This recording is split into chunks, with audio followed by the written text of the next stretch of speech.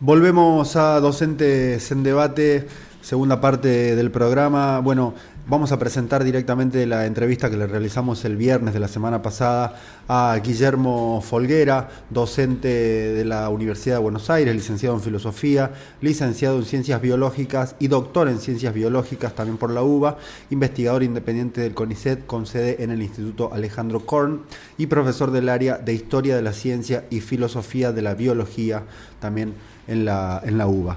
Guillermo Folguera estuvo presente el viernes de la semana pasada, el viernes 25 de julio, en la Facultad de Ciencias Naturales, invitado por la Comisión de Género y Diversidad Sexual de la ADIUN y también por la Comisión de Cultura del gremio, que realizaron este ciclo de cine y debate, Debatamos con Fundamentos, y esta charla con Guillermo Folguera fue la culminación de este ciclo precisamente. Y en esta entrevista particularmente, bueno, desarrolla algunos de los puntos que volcó aquel día en esa charla, que desde ya es muy interesante, muy pertinente para los tiempos que se viven, y bueno, dando una dimensión más bien social y política con relación al medio ambiente y su implicancia en la sociedad. Vamos a escuchar la entrevista. Bueno, Guillermo, ¿cómo estás? Buenas tardes. ¿Qué tal, Marcelo? ¿Cómo estás? ¿Bien? Una alegría estar en contacto. Bien, bien, todo bien. Bueno, es un honor tenerte en el aire de Docentes en Debate. En la tarde del día de hoy vas a estar con esta charla, Situación socioambiental en Argentina, en el marco del ciclo de debate, Debatamos con Fundamentos, organizado por la ADIUNT. Comentámonos cuál es el contenido de la charla, de qué se va a tratar. Bien, por un lado es tratar de hacer dentro de lo posible y obviamente con las limitaciones del caso, un recorrido de la situación socioambiental de nuestro país, focalizando en particular en los últimos 20 años, que es donde se genera un ciclo muy particular de lo que entendemos que es un tipo de extractivismo, muy cargado sobre lo tecnológico, sobre lo científico, sobre un tipo de tecnología, un tipo de ciencia específica, aprovechando justamente que la charla se dará en el contexto de la Facultad de Ciencias Naturales. Y ni más ni menos con una provincia tan emblemática como Tucumán. Y en ese sentido vamos a tratar de focalizar en algunos aspectos. En particular he trabajado mucho y he recorrido muchas cuestiones vinculadas con los agronegocios.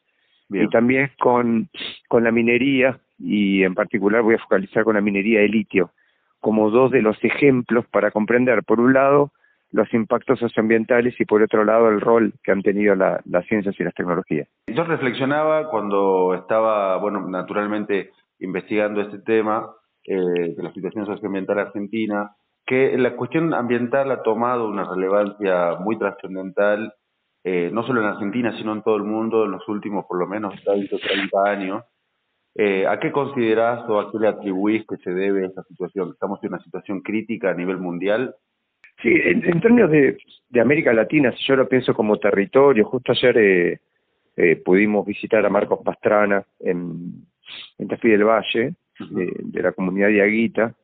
Si yo lo pienso en términos de ciclos, no, el problema ambiental no es algo nuevo, ¿no?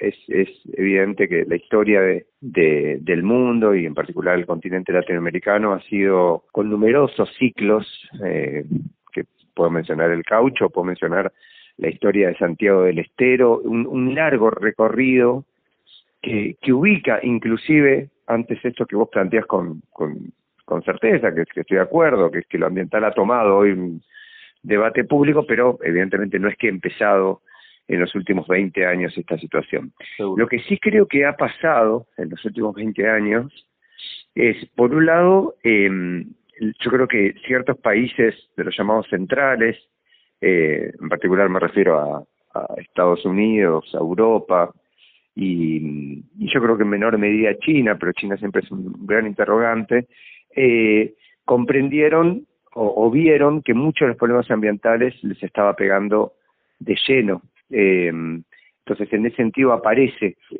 en este caso, bajo la configuración científica de la crisis climática, la cuestión de que, bueno, acá no hay esquina del mundo para salvarse, digamos. Habrá lugares donde es más directo, habrá lugares que es menos directo, habrá efectos más directos en uno u otro sentido, pero evidentemente toma un carácter global, por decirlo de esa manera. Mi perspectiva, de todas maneras, es seguir tratando de configurar, sobre todo desde el mal llamado tercer mundo, ¿no? Cuando, por ejemplo, hago un recorrido en mis investigaciones actuales sobre la minería de litio y analizo las corporaciones, es muy impactante porque las mismas corporaciones están en África, en una parte de Asia, en la Europa Oriental y en América Latina haciendo destrozos, con diferentes características. A veces tiene que ver con contaminación química, a veces sobreconsumo de agua, a veces persecución a laburantes, a veces directamente asesinatos, y entonces pone en algún lugar una escena principal. Y el otro aspecto, que a esta buena pregunta que haces, Marcelo, que yo creo que no es menor, tiene que ver también con la magnitud. Estamos viendo un efecto de aceleración y de magnitud que es muy difícil de disimular. O sea, una alternancia, por ejemplo, de incendios y de sequías y de inundaciones que es realmente impactante. Nadie puede estar ajeno de eso. Ayer, de hecho, en este recorrido que estuvimos en Santa Lucía primero, visitando una escuela fumigada, y después en Tafí del Valle, como te comentaba, sí. En los dos casos tienen problemas con el agua. Entonces hay una situación constante en nuestro país. Seguro. Relativo a eso, justo quería engancharlo a raíz de consultarte, bueno, ¿cuáles consideras vos los principales desafíos ambientales que tiene el país hoy? Teniendo en cuenta que, bueno, vos mencionaste algunas cuestiones como incendios forestales, bueno, la contaminación del agua, una serie de las sequías. ¿Cuáles consideras que son hoy los principales desafíos que atraviesa la Argentina y que debe quizás de manera más urgente y prioritaria? Yo creo que los dos grandes paraguas que son caras de una misma moneda, tiene que ver con frenar la destrucción ambiental. Digo, lo que hoy vemos es en el caso de Argentina, en todos los casos que yo trabajo y articulo con comunidades territoriales, hay una aceleración de la destrucción. No estoy hablando ya de remediación, Uh-huh. Estoy hablando de que continúan los procesos de destrucción, que continúan los procesos de ultraje, tanto a nivel rural como a nivel urbano. No, ninguno de los dos ejes está ajeno. Y en este sentido, la otra cara tiene que ver con la desigualdad social. Son procesos de incremento de la desigualdad social muy claros, muy brutales. Y entonces ahí respondo. Yo creo que como grandes desafíos a la hora de pensar políticas públicas, tienen que haber políticas públicas para bajar la desigualdad social y para frenar la destrucción. Esto significa rápidamente entrar en discusión con quiénes toman las decisiones en nuestro país y con qué objetivo. Te pongo un ejemplo de investigaciones que yo he realizado estos años. Argentina, en el 2013, Europa declara la moratoria respecto a insecticidas de la familia de los neonicotinoides. Finalmente lo va a terminar pendiendo, creo que en el 2018 o 2019. En ese contexto, el SENASA hace una declaración realmente impactante que dice, no, para nosotros estos insecticidas son fundamentales y no tenemos evidencia científica para suspenderlo. Lo que estaba en discusión no era menor, tenía que ver con el daño a las abejas, que es un problema mundial, pero que en el caso de Argentina, la Sociedad Argentina de Apicultores denuncia la pérdida de la mitad de las colmenas en los últimos 20 años. Ahí en esa historia que te acabo de contar, tener resumida todas las aristas y tener resumida por qué Argentina decidió continuar con un modelo evidentemente que favorece a ciertos sectores, que perjudica a otras, y donde además tenés corporaciones con nombre y apellido, porque estos insecticidas eran unos de Bayer, otros de Syngenta, que en gran medida, Bayer, que ahora es Bayer Monsanto, que en gran medida fueron quienes tomaron las decisiones en nuestro país, más allá de los gobiernos de turno, porque eso es lo otro interesante, ¿no? O sea, hay una alternancia de gobiernos en la historia de nuestro país, en particular en el ciclo que yo cuento y trato de entender, que son los últimos 20, 25 años, que no se ha metido con esas problemáticas. Entonces yo creo que, para terminar, en esta cuestión de la desigualdad social y del incremento de la destrucción ambiental, vuelve a aparecer, bueno, ¿quiénes toman las decisiones y con qué objetivo? Seguro. Ahí, bueno, vamos silbalando las preguntas y vamos abordando otros temas también.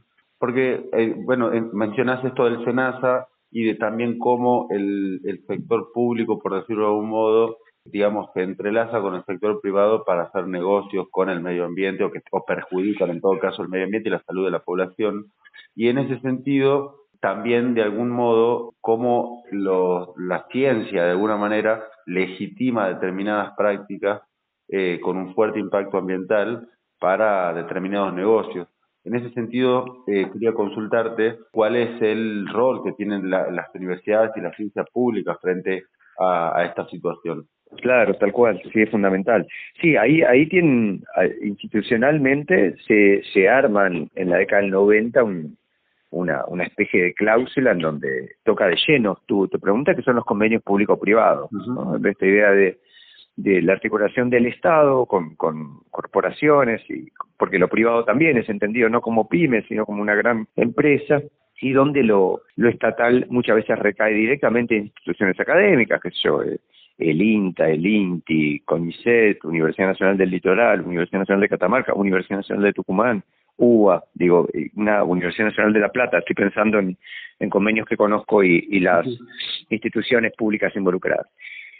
Yo creo que ahí, por lo menos en 3, 4 sentidos, lo científico toma un carácter clave, fundamental. Primero, como justamente estos convenios que están planteando, y bueno, una especie de aporte técnico, científico, no se podría hacer megaminería si no fuera por el aporte científico-tecnológico, no hubiera habido transgénicos si no hubiera sido por el aporte, o ahora la edición génica, el aporte científico-tecnológico. Las salmoneras que se está discutiendo en Tierra del Fuego también involucran una serie de expertise científico-tecnológica. Entonces, lo científico-tecnológico aparece como proveedor técnico del negocio de las corporaciones. Pero no es la única manera en la cual interviene. En segunda instancia, es como no interviene, que evidentemente es una manera de intervenir, y tiene que ver son muy pocos los estudios y los trabajos excepcionales, marginales, científicos en torno a los daños de esto. Y eso también realmente es un aspecto a destacar. Han quedado bajo la bandera, en general, un grupo de ellos se llaman Ciencia Digna, pero ha quedado muy marginal estudios académicos, por ejemplo, dirigido a comprender qué pasó con los agronegocios y los efectos ambientales y sociales en nuestro país, o, por ejemplo, frente a discutir la minería de litio, prevalecen discursos desarrollistas que tienen que ver con darle valor agregado al litio y en lugar de exportar carbonato de litio, exportar, no sé, celdas para baterías, pero la discusión de fondo, que bueno, eso tiene sentido, por ejemplo, en el caso del litio, tiene sentido un proyecto que le pone fecha de muerte a un humedal de altura, a un lugar territorial en donde viven comunidades hace miles de años. ¿Es lo que tiene que hacer nuestro país? Bueno, esa discusión hacia adentro de la comunidad académica prácticamente no se ha dado. Entonces ahí realmente es muy alarmante.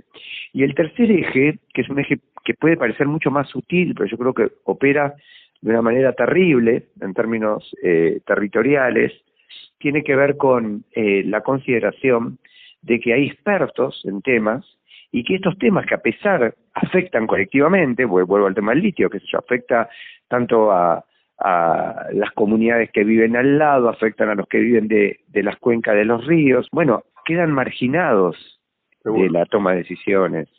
¿Y quién habla? Bueno, habla el experto. Y el experto te habla el ingeniero agrónomo te habla de los transgénicos, el toxicólogo te habla del insecticida, el hidrogeólogo te habla de la megaminería de oro, plata, cobre y, no sé, algún especialista geólogo te habla de la minería de litio. ¿Y dónde está la voz de las comunidades? Y eso es una deuda, evidentemente, de la democracia, y el rol de los profesionales como silenciador está siendo fundamental.